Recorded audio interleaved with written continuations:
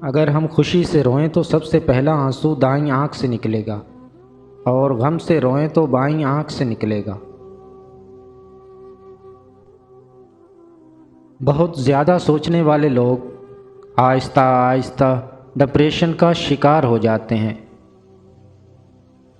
بہت زیادہ سوچنے سے ہمارا دماغ ہمیں گزرے ہوئے تکلیف دہ لمحات اور واقعات یاد دلاتا ہے۔ زیادہ کھانے والے اکثر بیمار رہتے ہیں اور ان کا دماغ عام لوگوں کی نسبت سلو چلتا ہے۔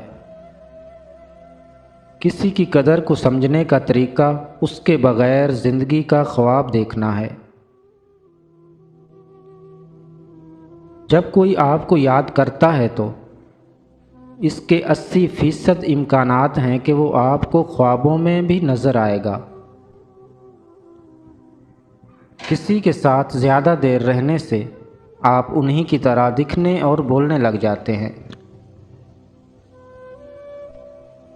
عام آدمی دن میں 4 جھوٹ بولتا ہے، اور سب سے عام جھوٹ یہ ہے کہ میں ٹھیک ہوں۔ آپ خواب دیکھتے ہوئے نہ پڑھ سکتے ہیں اور نہ وقت بتا سکتے ہیں۔ لوگ جب جسمانی طور پر تھک جاتے ہیں تو وہ اکثر جھوٹ بولتے ہیں۔ اگر آپ ہمیشہ اس بارے میں پریشان رہتے ہیں کہ لوگ آپ کے بارے میں کیا سوچتے ہیں تو آپ کبھی بھی خوش نہیں رہ سکتے۔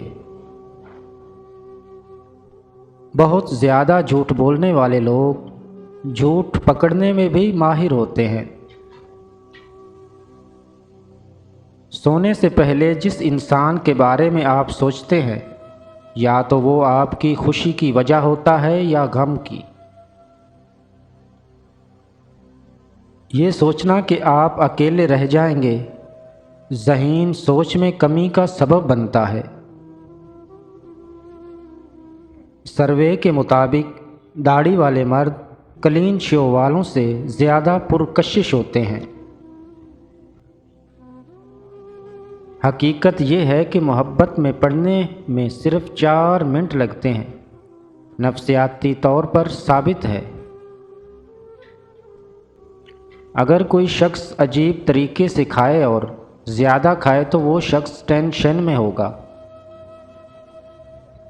اگر آپ کو لگتا ہے کہ آپ کا آئیڈیل آپ سے پیار کرتا ہے تو اس بات کا بہت زیادہ امکان ہے کہ آپ کسی ذہنی بیماری میں مبتلا ہیں۔ کچھ لوگ زندگی ایسے گزارتے ہیں جیسے وہ کسی ریئلٹی ٹی وی شو میں ہوں۔ نفسیات کے مطابق وہ لوگ بہت جلد دماغی کمزوری کا شکار ہو جاتے ہیں جو زیادہ سوتے ہیں۔